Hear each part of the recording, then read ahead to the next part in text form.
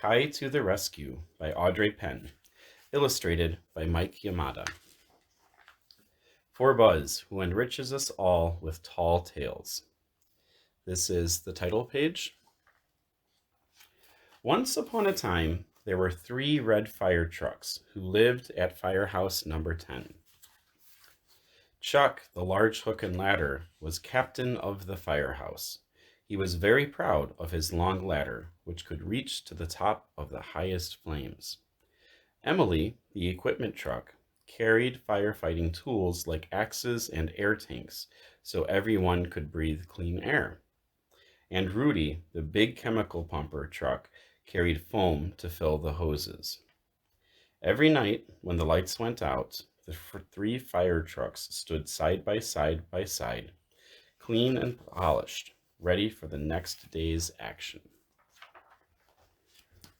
One day, Captain Chuck received word that a brand new pumper truck named Kai was coming to work at firehouse number 10.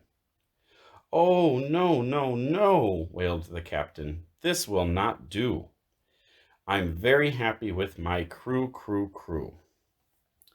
But later that night, when the trucks were almost asleep, the bay doors opened and Kai rolled into the darkened garage. Captain Chuck reached across the room with his longest fire hose and flipped on the light switch with the nozzle. There, in the middle of the engine room, stood a very little, very nervous, very shy pumper truck, gleaming in green and white. All 3 firehouse trucks turned on their headlights and stared down at poor little Kai. Suddenly, the large hook and ladder sputtered. "Good gracious, Kai, you're so young and small. I really don't think you can help us at all.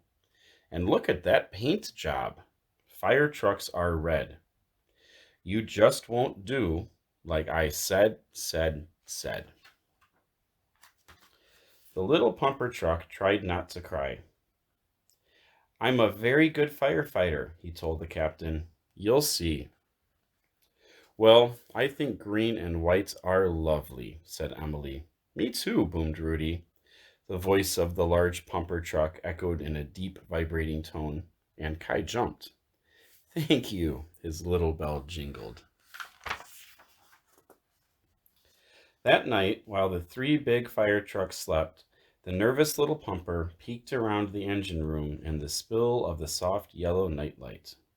There on a table across the room sat a basket full of red crayons used by visiting children. "I have an idea," thought Kai. He quickly unwound his longest fire hose and inched it across the firehouse floor. When it reached the table, he lifted the basket of crayons with the nozzle and carried it back to his green and white truck. Kai worked all night coloring his green sides and top until he had worn down every red crayon in the basket. He looked at his reflection in the window and happily thought, "This will please Captain Chuck, because now I look just like the others." Early the next morning, the fire alarm clanged at firehouse number 10. All 4 trucks roared to life as the bay doors opened. "Wow, good coloring," tooted the equipment truck as Kai drove into the street. "Very stylish," boomed the great big pumper. "Kai," yelled the captain, "I can't believe my eyes. You've turned yourself red. What a surprise! But underneath that crayon, you're still white and green. I don't think you're right for our team. The large hook and ladder turned on his siren and drove ahead of the little pumper. A few minutes later, the 4 trucks arrived at the forest fire. Captain Chuck quickly raised his ladder while directing the other large trucks where to go and what to do. "Listen up," hailed the captain. "Stay safe. Watch your truck. Let's put out this fire. Good luck. Emily quickly cleared a path through the woods for Rudy. The great big pumper truck filled his hoses and showered the flames with thick white foam. "How about me?" Kai called to the captain. "I want to help." Captain Chuck stared down at the little pumper. Move away from the heat. Keep clear of the flame. Fighting his fire is dangerous. Not a game, game, game. All right, sighed Kai. He was very disappointed, but he did as he was told. Kai rolled to the curb and parked. From a distance, he watched and learned as the large hook and ladder, the equipment truck, and the great big pumper did their particular jobs, but together tamed the fire as a well-trained squad. Suddenly, Kai noticed a small fire burning deep in the underbrush, out of the sight of the larger trucks. He quickly rang his bell and called for Captain Chuck. The hook and ladder was very concerned. Our trucks won't fit in that underbrush, but we have a little pumper who's new. Kai, you're the truck who is right for the job. Are you ready to join our crew?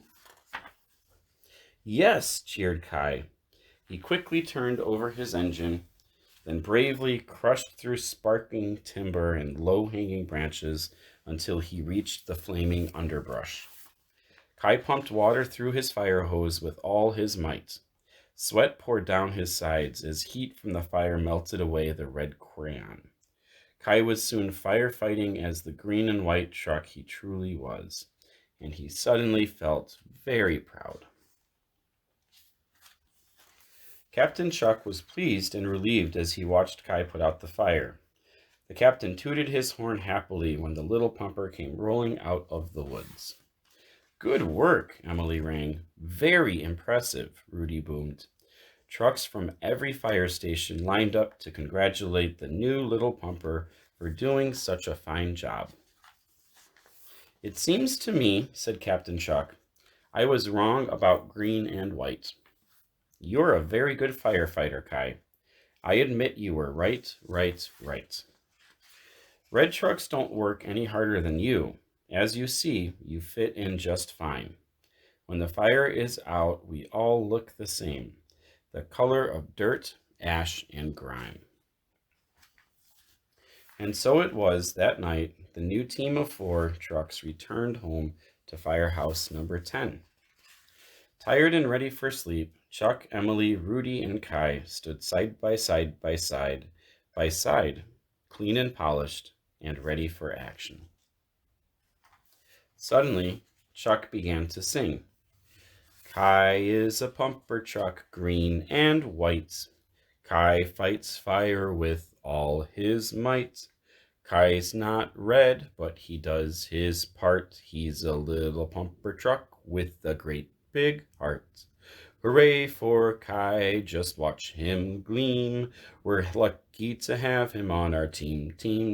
Go Kai! Go Kai! The end.